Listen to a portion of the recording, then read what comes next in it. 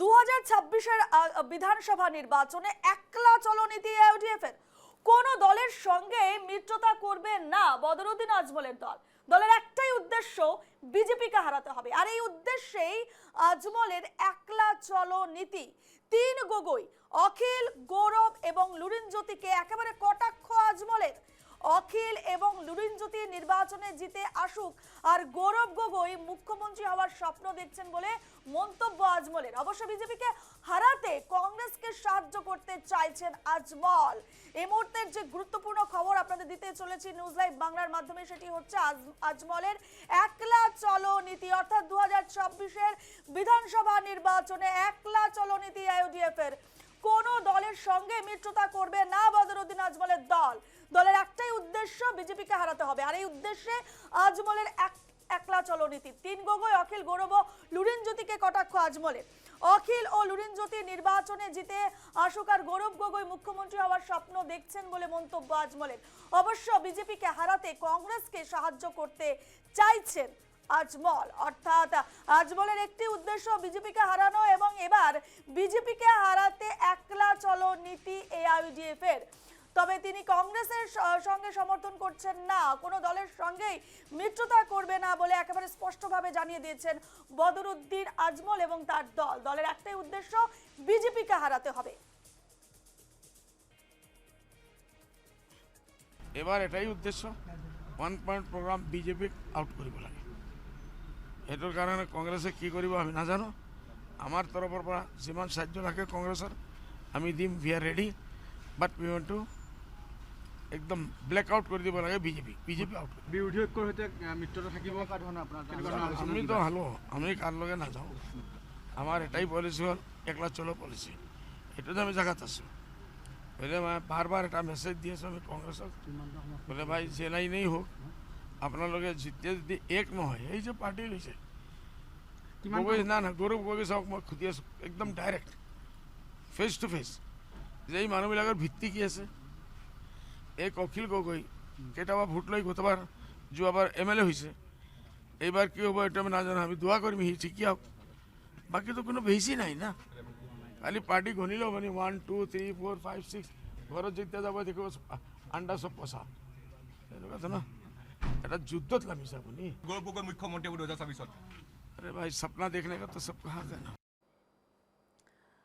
আপনারা শুনলেন বদরুদ্দিন আজমল ঠিক কি বলেছেন। একলা চলো নীতি, বিজেপিকে হারাতে এবার একলা চলো নীতি ইউডিএফ দলের, এবং তিনি এমনটাই জানিয়ে দিলেন কারোর সাহায্য চাই না, কোনো দলের পাশে তিনি নেই, এমনটাই তিনি জানিয়ে দিয়েছেন। এবং গৌরব গগৈর প্রসঙ্গে জিজ্ঞেস করলে মুখ্যমন্ত্রী হওয়ার বিষয়ে তিনি বললেন যে তিনি স্বপ্ন দেখছেন, অর্থাৎ গৌরব গগৈ মুখ্যমন্ত্রী হওয়ার স্বপ্ন দেখছেন বলে মন্তব্য করেছেন আজমল। অবশ্য বিজেপিকে হারাতে কংগ্রেসকে সাহায্য করতে চাইছেন না আজমল। অর্থাৎ এই বিষয়ে আমরা কথা বলবো। নিউজ রুমে রয়েছেন আমাদের প্রতিনিধি তন্ময়। আমরা যখন দেখতে পাচ্ছি ইউডিএফ এর একাধিক নেতা, একাধিক বিধায়ক আমরা দেখতে পাচ্ছি যখন বিজেপি মুখী হচ্ছে, বিজেপির প্রতি ইন্টারেস্ট দেখাচ্ছে, তখন আজমল এবং তার দল বলছে একলা চলো নীতি একমাত্র বিজেপিকে হারাতে। কতদূর সম্ভব হবে? রূপা দেখো, প্রথমেই বলবো যে একটা হাস্যকর কথা, এই যে বদরুদ্দিন আজমল চাচাজান বলছে যে বিজেপিকে ধূলিসাৎ করতে হবে। বদরুদ্দিন আজমল চাচাজান ভুলে গেছে ধুবড়ির কথা।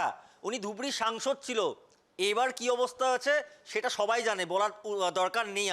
আর বলছে বিজেপিকে ধূলিসাৎ করার জন্য ইউআইডিএফ এখন একলা চলো নীতি নিয়েছে। আবার এদিকে চাচাজান বলছে যে গৌরব কংগ্রেসকে সাহায্য করবে। এদিকে বলছে লুরিনজ্যোতি গগৈ আর অখিল গগৈ জিতলে ভালো, অপোজিশনটা ভালো হবে। আর এদিকে বলছে আবার একলা এআইডিএফ একলা যাবে। মানে চাচাজান কি বলছে এখন কি না বলছে সেটা কিন্তু মানে উনার হয়তো বয়সটা অনেক হয়েছে, তাই কি বলছে কি মুখে দিয়ে বেরোচ্ছে সেটা উনি বুঝতে পারছে না।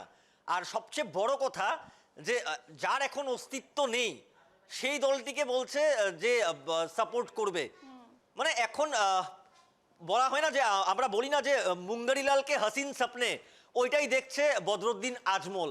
আর একটা কথা উনি বলছে যে যখন জিজ্ঞেস করা হয়েছে যে গৌরব গগৈকে মুখ্যমন্ত্রী দেখতে চায় কিনা, গৌরব গগৈ মুখ্যমন্ত্রী হতে চলছে, উনি বলছে স্বপ্ন দেখছে, গৌরব গগৈ স্বপ্ন দেখছে, একবার বলছে যে কংগ্রেসকে সাপোর্ট করছে, একবার বলছে গৌরব গগৈ স্বপ্ন দেখছে, একবার বলছে অখিল গগৈ লুরুনজিতি জিতলে ভালো হয়, একবার বলছে AIDF আমরা একলা চলো নীতি নিব। অর্থাৎ যে কি বলছে কি না বলছে উনার মাথায় এখন কথাটা ঢুকছেই না। কারণ আমি বললাম শীতও অল্প অল্প পড়েছে, যেহেতু ডিসেম্বর মাস, তার মধ্যে বয়সও হয়েছে, ঠান্ডার জন্য হয়তো এই কথাগুলো বলছে, কিন্তু হাস্যকর কথা। আমি আরেকবার উনাকে বলবো, যদি আমাদের এই খবরটা উনার কাছে পৌঁছায়, তাহলে আমি একটাই কথা বলবো যে বদরুদ্দিন আজমল চাচা যান, আপনি ধুবড়িতে আজ থেকে বেশি বছর হয়নি, কি হয়েছিল, আপনার যে আধিপত্য ছিল সেটা ধুবড়িতে কি হয়েছে আপনি একবার মাথায় আবার একবার রিমাইন্ড করুন। কারণ হয়তো আপনার বয়স হচ্ছে, আর বিজেপিকে ধূলিসাৎ করার কথাটা হয়তো আমরা এখন বলতে পারি, উনাকে আমি বলতে পারি যে আপনি একবার ভেবেচিন্তে আরেকবার যদি এরকম সাংবাদিকদেরকে সামনে পান, তাহলে ভেবেচিন্তে আরেকবার একটা কথা বলুন। কারণ এই আবুল তাবুল কথা বলে মানুষকে আপনি যেগুলো অসমের লোককে যেটা মেসেজ দিতে চাইছেন, সেই মেসেজটা কিন্তু এখন অসমের লোকরা নিবে না। কারণ বিজেপির সময়, বিজেপির এই সরকারে কি কি হচ্ছে সবাই দেখছে, অসমের লোকদের কি কি পেয়েছে সেটাও সবাই জানে। এখন কথা হচ্ছে রাজনীতির। এখন আপনি রাজনীতির ক্ষেত্রে আপনি বলতে পারেন যে আপনি কাকে সাপোর্ট করবেন, কাকে করবেন না, AIDF একলা যাবে, কিন্তু এখন আপনি হয়তো ভুলে গেছেন।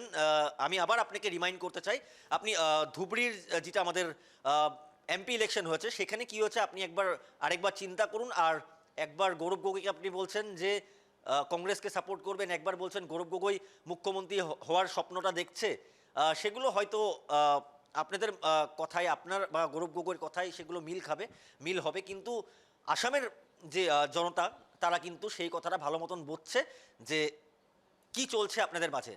রূপা, হয়তো তুমিও আরেকবার বলে দাও।